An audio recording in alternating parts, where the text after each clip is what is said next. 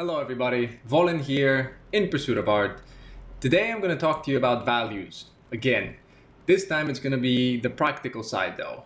So I want to walk you through what is it that you need to know, how to practice, what you use actually to practice, and what are the different components of value. So you know exactly what you're practicing whenever it is that you're doing your studies, so then you can improve as fast as possible. If you've missed the last video, that's where I talked about the meaning of values. So for instance, why are those different values assigned to surfaces? Why do things look the way they do in the first place? And it has to do with the relationship between the light source and the form. I'm not going to cover that now. We're just going to go into the practical stuff of how to actually use all that knowledge. But if you've missed it, I suggest you check it out for even more info. It's going to be very useful to you, I promise. One thing I want to say just before we start is that I think sometimes when people tell me that they struggle with values, I don't think that they actually have a problem with determining, let's say, the lightness or darkness of a certain object. I think that actually they can see that. I think maybe it might be a problem to do with edges. So they might be working in value, but it's actually the transition between those values that's their problem, and it's making the form look all pasty and weird, which I'm going to show you because I've done that a lot as well. So it might be edges, it might be the transition between those things. It might be that it's just that it's not really in the right place, that your values aren't in the correct place. Or it could be a rendering problem. You might just not know how to be able to actually produce the desired effect. So it might, when you say values, actually split everything into the most basic component. So when I say values, what I mean by that is literally values. What is the lightness or darkness of a certain object? How do you actually get to determine that? How do you get to see that accurately? And it doesn't have to do with the transitions. It doesn't have to do with if I have a likeness or not. Those are different components. So again, with these series of videos of the last 4 or 5 vids that I've made and the future ones to come, the next 3, 4, 5, it's all to do with how do you actually produce a full study, knowing what it is you're doing and dissecting the whole process into tiny manageable steps so that you know exactly where you are and how to improve. So with this one, it's purely going to be determining what is the correct value, what's the gradation like, what are those components that I'm looking at, and how do I use that. So let's have a look at the main tools that we'll be covering in this video. What will it take for you to be able to actually get a good read of your object? This is essentially what I associate with values. It's getting a read of the form, that initial first understanding of planes, of features, of just knowing what an object is. That comes from value. Edges, everything else, that pretty much gives you the likeness, but the initial read, just being able to see the form and understand what it means. What is the actual object? That's where value comes in. Having a look at 2 very simple objects and just determining what are the most important things really to be able to just make them read, to be able to make that 3-dimensional form look the way that it does. Really the only thing that you need to know for, let's say, this planar form, the only thing, and I suggest as a beginner to start with more planar forms, the only thing that you need to do is just be able to recognize the relationship between those 3 values and to reproduce them correctly. With the planar form, there's going to be almost no gradation. So that means that literally just getting down those flat tones is going to get you 95% of the way there. You can see over here, there's a tiny bit of value change. This is where the shadow is reflecting. This is where over here the ground plane is reflecting on the side. So you need to be able to observe that also and reproduce it to get that final step of realism. But just putting down the correct value in the correct place gets you 80 to 90% of the way there. Having a look at this example here, just this is a complete block in. So absolutely no transition in edges, nothing of that sort. It's all just sort of in the correct place and it's in the right shape. And it's also almost roughly the correct value. And you see that this pretty much gives you the illusion of all those forms being there. It's like this physical object is being created purely by replicating those values. Okay, so your first essential step in being able to actually do all this stuff is value recognition. You need to be able to look at a value and recognize what value is this. So how that is formed is with the value scale. So the value scale is going to be your best friend as you're learning about values. The value scale is pretty much a tool that we use as artists it basically represents the difference from complete white to complete darkness. So we have dark over here, light over here. And we pretty much take 10% increments. So if you actually have a read at the swatch over here, we have brightness at 100%, brightness at 0%. And every 10%, so we can take 10 steps to be the distance between the two. You could have less, you could have more. I think 10 is pretty okay. And you don't need to be perfectly exact with all this stuff. As with everything, at first you're really mechanical. You're trying to meticulously do all this stuff. Then later on, you just work it into your brain so well that you don't have to think about it very much. You might just sort of like make a mental note of, okay, this is like a 4 and a 5, and the overall for the other object is, let's say, a 3. So you might just quickly notate all that stuff, but you won't have to assign all those values everywhere. I'm going to show you a bit later on how I actually studied all this stuff and what my process looked like. So this value scale, these 10% increments going from pure black to pure white, again, this is going to be your absolute best friend while you're learning all this stuff.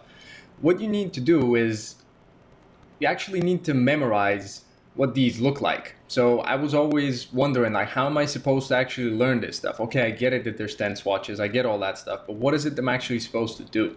So really what's required is that you just need to be able to distinguish, form a mental picture of the value swatches in a way. So then when you look at an image, you might be able to say, okay, this is a value 3, this side is a value 7, this is a value 8, etc. So then when you look, the more accurately you can label those, then the more accurately you'll be able to represent them. So you'll be able to reproduce them better because you observe accurately. So this trains your observation. This trains your brain into being able to distinguish those fine differences. So you can see over here, like between the first two steps, there's almost no, they're very close together.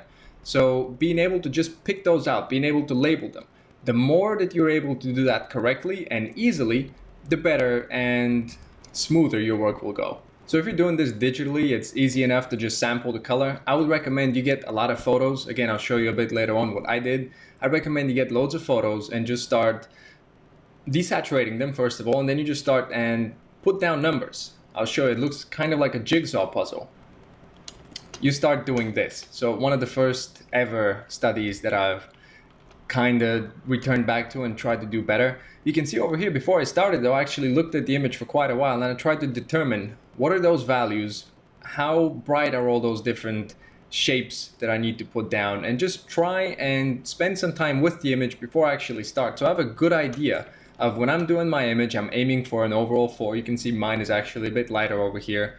But again, when you're learning, when you're actually doing all this stuff, it's hard enough that you're already trying to put the right shape in the right place with the correct transition, with the right lightness or darkness, all that stuff. So sometimes one of the things just doesn't, it's not perfect, but that's fine. Like the more you do it, the more closer to perfect it'll get. And does it matter ultimately that this is brighter? No. In fact, it's probably actually a bit better in terms of composition because he's going to stand out more against the lighter color. So nothing lost there. Just keep practicing, but this is the system that I used.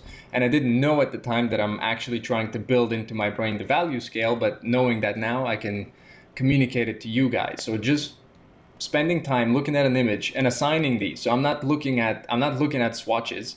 I might have them there, but I'm not actually sampling the color and like, okay, this is a 4. I'm actually guessing, and this 4 is like the average that I've put down here. So between all the darks, the lights, etc., this is kind of like a 4. This is kind of like a 2 or 3, etc. So I'm just trying to, as best I can, to guess those, to name them accurately.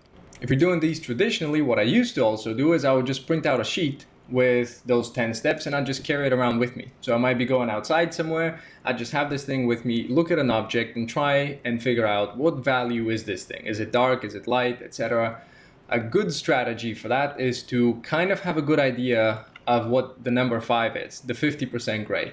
Because once you have that, then you can use that as like almost like splitting the whole chart into 2 separate sides. So you can start from here and you split it into lights, and over here are the darks.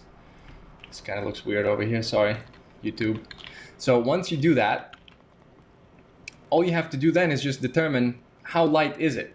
Again, you don't have to be perfect. Or if it's in the darks, then at least you know that it's either in the lights or it's in the darks. So that kind of makes your life a little bit easier. So if we actually look at these objects over here, first of all, if we just apply that split between the two, Are they in the lights or are they in the darks? So looking at this side over here, this is probably over here somewhere. So this is like 40% roughly. So this is almost at 50. This is gonna be in the lights. So this is on this side of our chart. So this is probably gonna be around somewhere between those two. And then this side over here, this is gonna go closer to, it's probably gonna be between those two. And then the cast shadow, this is pretty much no ambient light coming over. So this is gonna be like the darker dark. So if we actually sample it now, so this is us checking ourselves. We're not cheating or anything like that. You're now double checking what it is that you thought. Again, if you're doing it traditionally, you can just assign those numbers, have your thing next to you, and just pretty much just put it over and see what the two are gonna blend. Okay, so checking the values, we say that this is about 60, 70, so yeah, 65. We go for this one, we say about 45, 45. We say about this one, we go about 15, 20, 18, perfect. We'd say for this one like 0 to 5, 1. Say for the ground, this is about 3, 33, perfect. And now we go for the sphere. Now for the sphere, we're gonna actually have to add a new tool to our value toolbox. So now we have gradations as well. So when we have a rounded form, pretty much what it consists of almost entirely is like a continuous gradation. If there was no direct light over here, if we hop back over. So if there's no directional light to actually have that core shadow in there that separates like almost in two halves, you can see that this entire sphere is pretty much a continuous gradation. So being able to control your gradations and being able to pick your tools correctly and being able to get that good seamless tone transition is going to be incredibly valuable when you're doing rounded objects. So two major distinctions to make here. One is between planar objects and the other rounded objects. Level 1 for complete beginners, or if you're actually struggling with any of this stuff, I recommend you go planar because it's easier to always just be able to see those separations of value. Unless you can actually see those accurately, assign them properly, and put them in the right place, you can still try those. But I recommend that you just spend some time with these first. And once you're able to actually look at the sphere, let's say, and say, okay, this is like 80, 90%, this goes to about 50 over here, and so this is about roughly, this is going to be between 50, 40%. So unless you're able to assign those, then you're going to be a little bit in trouble because you're going to have too many things to control at the same time. The transition between tone, the lightness, darkness, shapes, etc. Too many things. I recommend doing one thing only at a time to be able to perfect it, and then use that tool to move on to the next thing and attack it now with that new thing that you have in your tool bag. Planar forms don't necessarily just have to be cubes. You could practice on more complex objects. So like such as this, it's called an Asaro head. So you can see over here how it's spelled. So you can actually do something like this where you can just put those values down. So you can actually try rendering. Not too many rounded corners here. So really a planar form could actually give you a pretty complex object. So you can still try and like have good studies at the end of the day. Okay, so let's have a look at some troubleshooting. Like I said, sometimes when people come to me and say that they think that values is the problem, sometimes actually just because something is in value doesn't mean that values are the problem. So let's have a look at some of this stuff. So you can see at this point I'm still using the swatches, still trying to get all those values correct. At this point I'm pretty much getting the right values in place, so I'm good now at value recognition, or at least good enough. So value recognition, I can see which value is which, I can put it in the right place, but you can see the form is pretty kind of chunky, pasty looking. It's just, this is now actually an issue of edges, transitions. So I'm just not getting those correct transitions between the different forms. So this is the issue. It's not values anymore. Values are actually in place and they're okay. The form reads. But it's just the actual transition of the form now. The edges aren't correct. So it softens a little bit. It seems a bit too soft. I'm not getting any hard edges in there. So it's actually now it's the transition between forms. Same over here. So values are pretty much accurate. Form reads, but at the same time, a bit too choppy. So you can see like faceted over here. This looks like this guy's face would have been chiseled. Over here as well, so I'm not able at that stage to just get those correct edges in there, but the actual values are okay. So I'm saying all this stuff because I want to make you aware of what you're actually practicing. the more you know about what you're doing, the more you actually are in control. The more you can specify and narrow down your focus, the quicker you'll improve. Because if you think it's values, but it's actually edges, then you're kind of shooting yourself in the foot because you don't know how to improve. You don't know how to practice better. So by deconstructing this stuff for you guys, I'm hoping that this will help you. So this one is a bit later on, and this took a while. So these are over months, so they're done over months. I'm going to show you ones that are from even earlier on, how I actually was assigning numbers and all that stuff. But you can see, especially with rounded forms, this stuff takes quite a lot of time, and also it takes practice, because this, let's say, was the difference between this study and let's say one of these is that I most likely took a lot more time to do this one. So I think I remember I did this like in a day. It took me about 12 hours. So I just sat there the whole day and was just trying to render until like it was done. So a lot of times, especially with people now, when I do one-on-ones with people, a lot of times you just need to put more time in it. It's not your skill level. It's not that you need some nuclear brush or anything like that. Is that you just need to come back to it and just keep refining it, refine it more. At some point, you'll know exactly what needs doing, and it's just down to putting in the work into the study that you need to do. So again, at that point, I could have done this better, but I was probably also struggling with the fact that I think I need to get it done faster. It needs to be done in a better way, etc. Sometimes when you're a beginner, things just take a longer time. There's no way around that, but you're learning. As you're doing every single study, you're learning, you're getting better, so you're gonna be faster the next time.